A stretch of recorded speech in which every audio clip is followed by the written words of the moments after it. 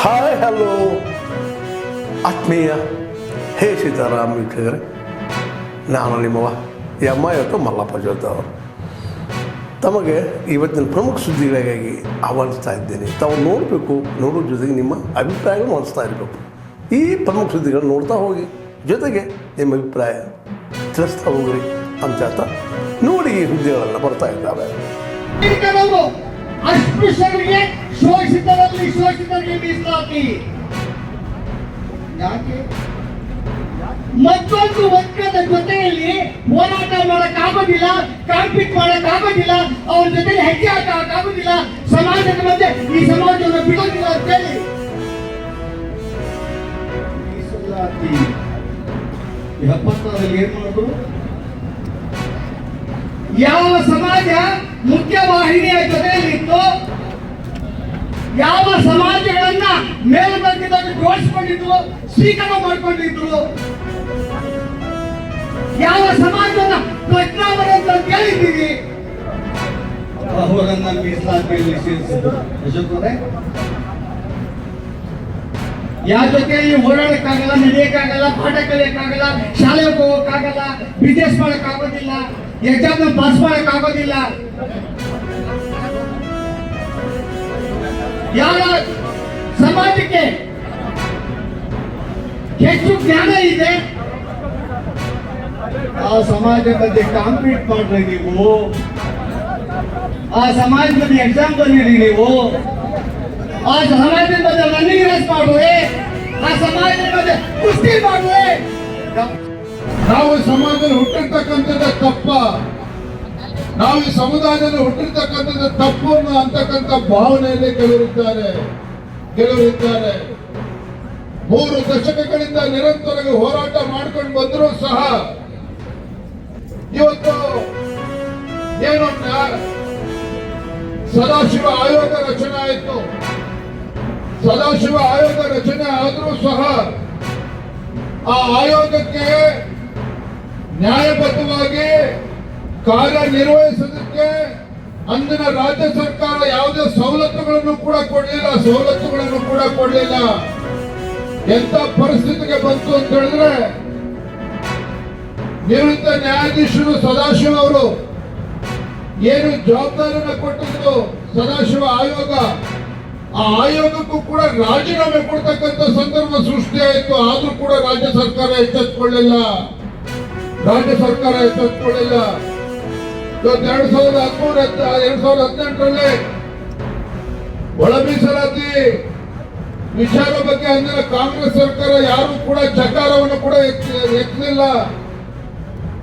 ಎಷ್ಟರ ಮಟ್ಟಿಗೆ ಅಂತ ಹೇಳಿದ್ರೆ, ಒಳ ಮೀಸಲಾತಿ ಕೊಡೋದಕ್ಕೆ ಸಾಧ್ಯನಲ್ಲ ಅಂತ ಹೇಳಿ ಸ್ವತಃ ಸಿದ್ದರಾಮಯ್ಯನವರು ಕೂಡ ಅವತ್ತು ಉಲ್ಲೇಖವನ್ನು ಮಾಡಿದ್ರು. ಸಿದ್ದರಾಮಯ್ಯನವರು ಕೂಡ ಹೇಳಿದ್ರು, ಇಂದಿನ ಬಿಜೆಪಿ ಸರ್ಕಾರ ಒಳ ಮೀಸಲಾತಿಗೆ ಶಿಫಾರಸು ಮಾಡಿ ಕೇಂದ್ರಕ್ಕೆ ಕಳಿಸಿದ್ರು ಸಹ ಅನೇಕರು ಈ ಹೋರಾಟದಲ್ಲಿ ಪ್ರಾಣವನ್ನು ಕಳ್ಕೊಂಡಿದ್ದಾರೆ. ಸುಪ್ರೀಂ ಕೋರ್ಟಿಗೆ ಕೇಂದ್ರ ಸರ್ಕಾರ ಒಪ್ಪಿಗೆ ಕೊಟ್ಟು ಅಟಾರ್ನಿ ಜನರಲ್, ಸಾಲಿಸಿಟರ್ ಜನರಲ್ ಅವರಿಗೆ ಕೇಂದ್ರದ ಸನ್ಮಾನ್ಯ ಪ್ರಧಾನ ಮಂತ್ರಿಗಳಾಗಿರ್ತಕ್ಕಂಥ ನರೇಂದ್ರ ಮೋದಿಜಿಯವರು ಸೂಚನೆ ಕೊಟ್ಟು ಕೋರ್ಟಿಗೆ ಅಫಿಡವಿಟ್ ಹಾಕಿಸಿ ಒಳ ಮೀಸಲಾತಿ ವ್ಯವಸ್ಥೆಯನ್ನು ಜಾರಿ ಮಾಡಿಕೊಡ್ತಾರೆ.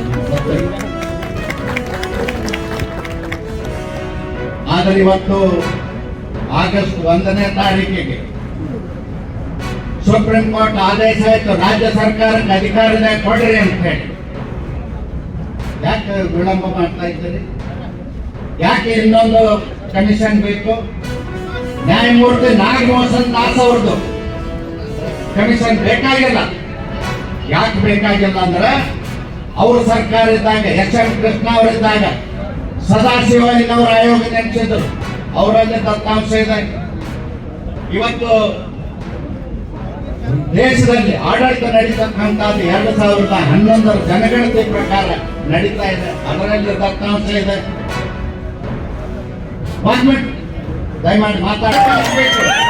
ಈ ಕುಂಟಿನ ಕಾರಣ ನಿಮ್ಮ ಸರ್ಕಾರ ಹೇಳಬಾರ್ದು. ನೀವು ಇವರಿಗೆ ಮೋಸ ಮಾಡಿದಂಗಾಗ್ತದೆ.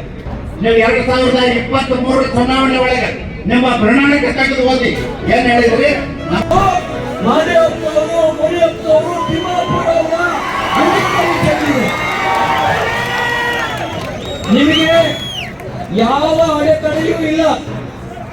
ನಾವು ರಾಜಕೀಯವಾಗಿ ರಿಸ್ಕ್ ತಗೊಂಡ್ವಿ. ಬಹಳ ಜನ ಹೇಳ್ತಾರೆ ನಿಮ್ಮ ಸೋಲಿಗೆ ಒಳ ಮೀಸಲಾತಿ ಒಂದು ಕಾರಣ ಅಂತ ನಮಗೆ ಹೇಳ್ತಾರೆ. ಆದ್ರೆ ನಾವು ಸೋಲು ಗೆಲುವಿನ ಪ್ರಶ್ನೆಯನ್ನು ಮುಂದೆ ಮಾಡಲಿಲ್ಲ. ನ್ಯಾಯ ಏನ್ ಕೊಡಬೇಕು ಅದನ್ನು ರಿಸ್ಕ್ ತಗೊಂಡು ಕೊಟ್ಟಿದ್ದೇವೆ. ನನಗೆ ಆತಂಕ ಇರೋದೇನು ಅಂದ್ರೆ ತಿಮ್ಮಾಪುರ ಅವರೇ, ನಾನು ವಿಧಾನ ಪರಿಷತ್ನಲ್ಲಿ ಪ್ರಶ್ನೆ ಮಾಡಿ ಒಬ್ಬರು ಹಿರಿಯ ಸಚಿವರು ನನ್ನ ಹತ್ರ ಕೇಳಿದ್ರು, ಹರಿಯಾಣ ಸರ್ಕಾರ ಅನುಷ್ಠಾನ ಮಾಡಿದೆ ಅಂತ ಹೇಳ್ತಿರಲ್ಲ ಅಂತ ಹೇಳಿದ್ರು. ಹೌದು, ಅನುಷ್ಠಾನ ಮಾಡಿದೆ, ಈಗಾಗಲೇ ಘೋಷಣೆ ಮಾಡಿದ್ದಾರೆ, ನಾನು ಪೇಪರ್ ಓದಿದ್ದೀನಿ ಅಂತ ಹೇಳಿದೆ. ಕಾರಜೋಳ ಸಾಹೇಬ್ರೆ ಅವ್ರು ಹೇಳಿದ್ರು, ನೀವ್ ಯಾವಾಗ ಮಾಡ್ತೀರಿ? ಮಾಧುಸ್ವಾಮಿ ಅವರು ಕೊಟ್ಟಂತ ಸಂಪುಟದ ಉಪ ಸಮಿತಿ ತೀರ್ಮಾನ ಈಗಾಗಲೇ ಕಳಿಸ್ಕೊಟ್ಟಿದೀವಲ್ಲ ಕೇಂದ್ರ ಸರ್ಕಾರಕ್ಕೆ, ಇದ್ರ ಬಗ್ಗೆ ನಿಮ್ದೇನಾದ್ರು ತಕರಾರಿದೆಯಾ ಅಂತ ಕೇಳಿದೆ. ಮೇಲೆ ಅವ್ರು ಹೇಳಿದ್ರು, ನಿಮ್ದೆಲ್ಲ ತಕರಾರಿದ್ರೆ ಆ ತಕರಾರು ಏನಾದ್ರು ಇದ್ರೆ ಹೇಳಿ. ಇಲ್ಲಿವರೆಗೆ ತಾವೆಲ್ಲ ಸುದ್ದಿಗಳು ನೋಡ್ತಾ ಬಂದ್ರಿ, ನೋಡಿದಿರಿ. ನಿಮಗೆ ಖುಷಿನೂ ಆಗಿರ್ಬೋದು, ಅಥವಾ ಒಂದು ಸಂತೋಷ ಆಗಿರ್ಬೋದು, ಅದು ದುಃಖನೂ ಅನಿಸ್ಬೋದು. ಯಾಕೆ ಆಗಿದಾರಪ್ಪ ಅಂತ ಅನ್ಸ್ಬೋದು. ಏನು ಅನಿಸಲ್ಲ ನಿಮಗೆ, ನಿಮ್ಮ ಅನಿಸಿಕೆಗಳು ನಮ್ಗೆ ಭಾಳ ಪ್ರಮುಖ. ಈ ಸುದ್ದಿಗಳು ನಿಮ್ಗೆ ಏನು ಅನಿಸಿದ್ದು ನೀವು ಕಾಮೆಂಟ್ ಬಾಕ್ಸಲ್ಲೇ ಹೇಳ್ತಾ ಇರ್ರಿ. ಜೊತೆಗೆ ಎಲ್ಲಕ್ಕಿಂತ ಹೆಚ್ಚಿಗೆ ಶೇರ್ ಮಾಡ್ತಾ ಇರ್ರಿ ಈ ನ್ಯೂಸ್ಗಳನ್ನು. ಜೊತೆಗೆ ಏನಪ್ಪ ಅಂದ್ರೆ ಹೇ ಸೀತಾರಾಮ್ ನಿರಂತರ ನೋಡ್ತಾ ಇರ್ರಿ. ಹೇ ಸೀತಾರಾಮ್ ಇದು ಸತ್ಯದ ಕೈಗಡೆ ವಂದನೆಗಳು.